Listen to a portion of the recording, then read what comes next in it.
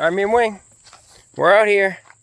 We got our Fenix 8 Solar 51mm, and today was the day that we have been waiting for. The Fenix 9s have debuted. They are here. You can actually already get them on Best Buy. Best Buy will sell you one right now, but they're not going to ship it until September 8th, which is a little bit of a lead time, if you ask me. So, I mean, there will be delays throughout this, but I mean, this is going to be a long video because I got a lot to talk about, a lot to digest here, a lot of disappointment in the community. Everyone is pissed, it seems. If you look at Reddit, dude, it's a little bit more furious than even our comment section. But yeah, we're missing out on a lot, and we still have not seen Enduro 4, Fenix E2, Cirqa Smart Ring thing. These devices are coming, but I kind of think what Garmin's going to do now with their launches are they're going to do what they just did. So we saw all the new Fenix stuff just drop. They had the 3-day countdown to the live. It wasn't even a live event. It's a pre-recorded drop. So they were just like, we're going to do this live, and then just streamed us something that they had already pre-recorded. Like, nothing about that was live. It's not like a Apple event or Samsung event. You know, so, I mean, come on, this way, buddy. So they're just dropping us something, and they're having a countdown to it. So I think this is going to happen with Enduro 4.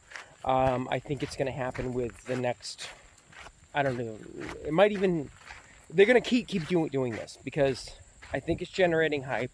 Doesn't seem like generating good hype, especially now that everyone's mad. I mean, we expected Elevate Gen 6. That was kind of what we thought. We really expected new processors. I don't think that there are upgrades, but I think that they're just an efficiency.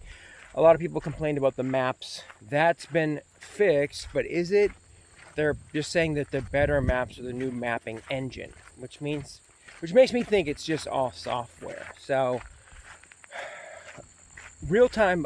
Oh, actually, we've already seen one of these open box. Somebody kind of scrolling around. Like, my whole thing from going to AMOLED is I don't want to go to an AMOLED that's not bright. We now have a nit rating on this too. On the AMOLEDs Pro and up, we're calling it. They're actually giving it a nit rating, 3,000 nits, which should be plenty. Like, the micro LEDs are 4,500 nits, which is, I mean, that's way bright. That's ridiculous. Like, come on, don't really need that. So I think that these are in that right balance range where it's going to make everybody happy. Like, I'm coming from this, and this is like, there's nothing better than that, you know, as far as I'm concerned, and as readability in outdoor light. But I really want to see this. Like, a big thing that, like, I'm going to try AMOLED, I think, is what I'm trying to say here. But my biggest thing with the AMOLEDs prior is they weren't snappy. They still seem to have those same non-snappiness problems. Some dude already just opened one up.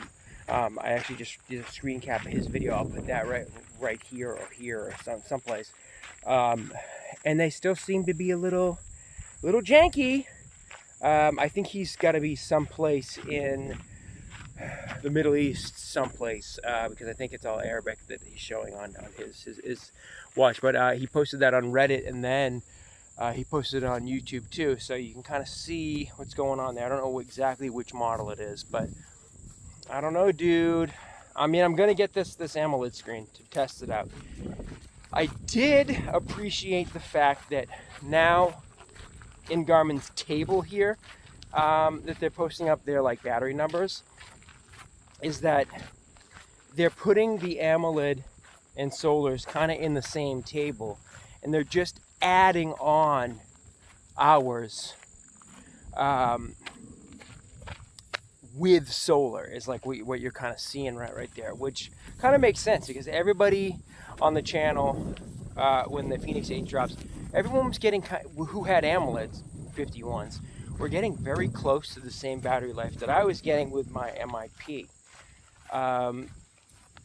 And that's just kind of now expected. We expect And this is what I think is going to happen. When I go 51 millimeter AMOLED Fenix 9, I think I'm going to get 7 days. That's my guess. And the way that I use it, 7 days. But this is a new display, so how I'm going to use that is going to be different because it's not always AOD. I got to set that. You have your color shift modes. You have, you know, gesture wake. So how am I going to use that? Will I use that? Am I just going to end up destroying my battery because of this? It's a whole new thing. I am going to make the comparison though, because that's why I'm here. That's why I do this. Pre-orders. I'm probably going to put this at the beginning and then come back to what I was saying, because pre-orders right now, there are 3 places that I would get these over Garmin. Garmin.com if you pre-order, right? You might get it first, but you're stuck with it first too. So,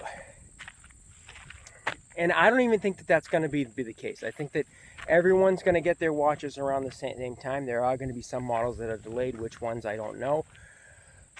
But that's kind of how it has been for the past 2 years. So, places that I would pre-order. REI, number 1, 90-day returns, okay? You also got Shields, number 2, 90-day returns. All right, so in third, Dick's Sporting Goods, also 90-day returns. Honorable mention that gets them pretty quick, and they have historically, is Bass Pro Shops. Bass Pro Shops should have some stock in if you're planning on picking. And they have a 60-day return policy, which is great. Garmin, just 30 days. I mean, that's not what I need, you know? I need to make sure that it's not bugged out, which, you know, we all expect now for at least 2 months for these watches to just be kind of a nightmare. So if that's something that you can't put up with, I would wait, or pre-order from one of the first retailers that I listed. I will have product links. If you use my links, I will get paid a commission, which is excellent because it helps us run the channel. Actually, I don't even know if it'll do pre-order. I think it will. But yeah, that's what I think. I'm honestly going to order from whoever gets me the watch first. Well, two years ago when I got these, I had 3 pre-orders in because everything was delayed about 3 weeks. So I could see that happening again. And then I found them at Tri Sports out in, I think, Oregon, and they overnighted me one and got it to me super fast. So shout out to them. I don't have any product links from them, but they seem like, I think that their standard 30-day return policy, but they were excellent to work with. So those are my thoughts. I mean, disappointing, kinda. But I mean, this is kind of what I needed from an upgrade, and also a couple of bonuses. Like in the last, I think, 48 hours, we found out about the cool unibody titanium design all around, which is great. I think that it makes them look more premium, and it brings them kind of in line with like the Mark series in terms of look wise. Actually, I might even get that one with the leather band that costs $1,400. I know it's stupid, but because it looks like that Captain America version that they had, the Marvel watch a while ago. I would not get that because obviously they're not going to support it, and it's branded and weird. But that thing looked sick. So, ironically enough, I just eBayed a off-brand leather Garmin band to use on this new watch because that was the kind of look that I'm going for. But oh, also too, I picked up that Planet Fitness deal came back where it's 20% off Garmin, like wide, site-wide almost, except for anything with new products. So obviously you can't order any of this new stuff, but that's a pretty good deal, and it's accessories as well. So I got this band on that 20% off deal. Can I even see that thing? So I got this band here, this Ultra Fit nylon band that I've always wanted, 20% off. I got that the last time that Planet Fitness ran this deal for Black Card holders. If you use my link, you can get a $1 membership and you can jump in there. It's a great gym. You know, it is what it is. It's very useful. And then last night, or 2 nights ago, I also picked up the blood pressure sleeve for 160 and the new a new HRM 600, because I've still been running with the HRM Pro Plus, which is now discontinued. So I don't think I get to use, I think I need the 600 to access some of the new features from this new watch, like running economy.